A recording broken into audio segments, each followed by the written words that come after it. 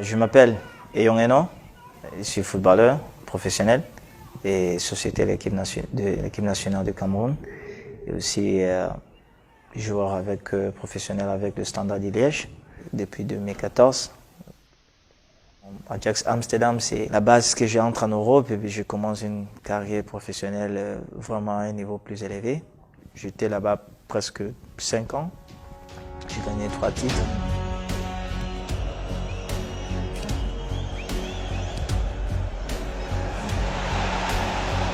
Je suis arrivé à l'équipe nationale du Cameroun depuis 2009 et j'ai eu l'opportunité de jouer avec certains légendes du football Cameroun comme le Rigobert Song, comme Jérémy Gitap, Samuel Eto'o, Boumelen et d'autres joueurs. Et pour moi, c'était très spécial parce que c'est une génération de foot que j'étais très jeune et je regardais sur la télé. Et voilà, j'étais là pour jouer avec eux. Dans 2009, et puis mon premier Coupe d'Afrique des Nations en 2010 en Angola. Et Coupe du Monde en Afrique du Sud en 2010 aussi. Et depuis ce temps-là jusqu'à maintenant, j'ai aussi une Coupe du Monde en 2014 et notre Coupe d'Afrique des Nations. Dans la culture africaine, il faut respecter les aînés, il faut faire le travail, il faut être sérieux dans tout ce que tu fais. Donc il y avait déjà une base de culture que j'ai grandi avec. Mais en tout cas, j'étais à l'école, je faisais bien. Je ne suis pas sorti dans une famille très pauvre. Il y avait assez pour nous envoyer à l'école, assez qu'on pouvait s'habiller et pouvait manger. Donc, j'avais pas senti cette stress de pauvreté et tout ça dans ma jeunesse quand je grandissais. Je faisais bien à l'école, je jouais au foot, j'avais une très belle famille.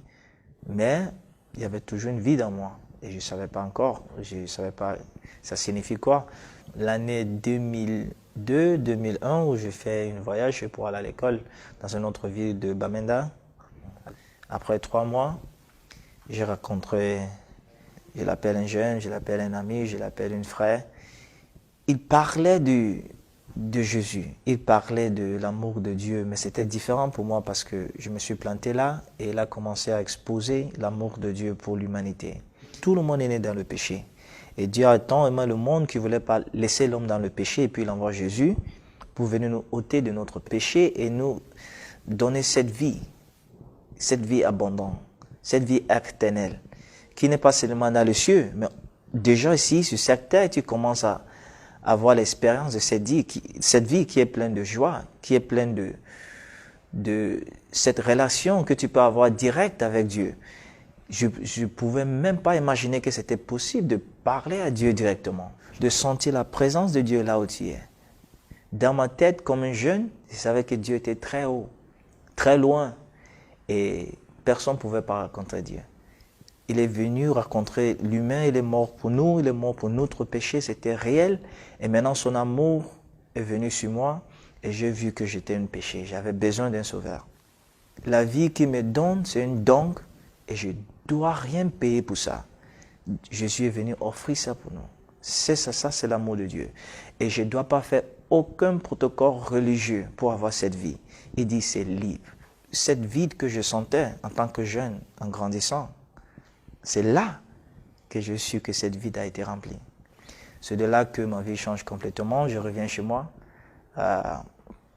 Et ma famille, c'était un peu difficile pour eux au début là, parce que maintenant je prie, je lis la Bible, ça c'était pas les choses normales qu'ils voyaient. Je sortais pas comme avant, j'étais chaque fois à la maison. J'ai d'autres amis qui me connaissaient pour aller au boîte de nuit, je partais pas, j'avais pas l'envie, toute l'envie en moi a été changée. Les années s'enfilent et l'une des périodes les plus difficiles dans ma vie que j'ai vu pendant mon carrière professionnelle, c'était en 2012 où j'étais blessé au genou, j'ai eu une fracture. Et je suis rentré à mon club à l'Ajax. C'était difficile parce que c'est le premier blessure le plus grave que j'ai eu. Et j'étais dehors pour 4 mois comme ça. Et je reviens, normalement je jouais tous les matchs, je reviens maintenant.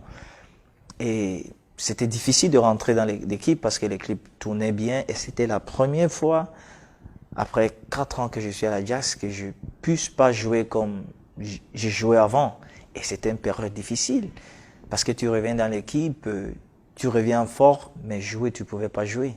Le Seigneur a commencé à me parler, que ce n'est pas seulement quand je gagne une titre, ou je joue bien, ou tout le monde me voit, que ça veut dire le Seigneur avec moi. Même dans les moments difficiles, le Seigneur est toujours avec moi. Après ça, je pars en prêt en Angleterre et puis je reviens. Et cette période-là encore, il y a une difficulté encore dans le club parce que le coach, dans son schéma, il ne m'aimait pas et il m'envoie aller m'entraîner avec l'équipe réserve. De te voir à même équipe et tu t'entraînes avec les jeunes, tu es international, pour moi c'était vraiment difficile, c'était un choc. C'est là que ma foi en Christ a été vraiment testée.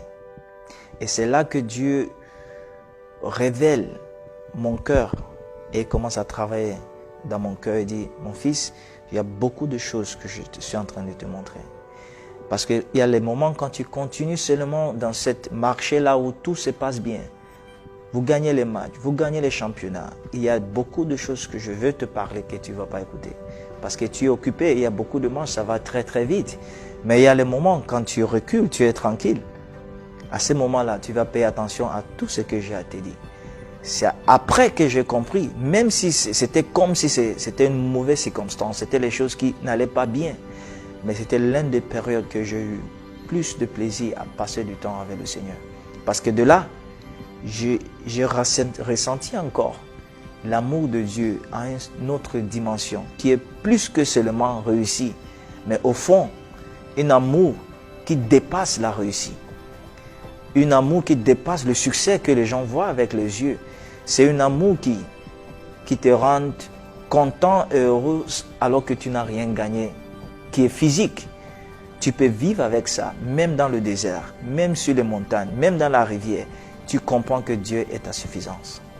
Tant que tu n'as pas eu cette révélation, cette rencontre avec la vie éternelle, le Sauveur Jésus, tu vas essayer de remplir ça avec l'argent, tu vas essayer de remplir ça avec le succès du monde, avec l'école, avec tout ce qui est autour. Mais ça ne sera jamais rempli. Parce qu'après ça, tu vas voir que tu n'es pas satisfait.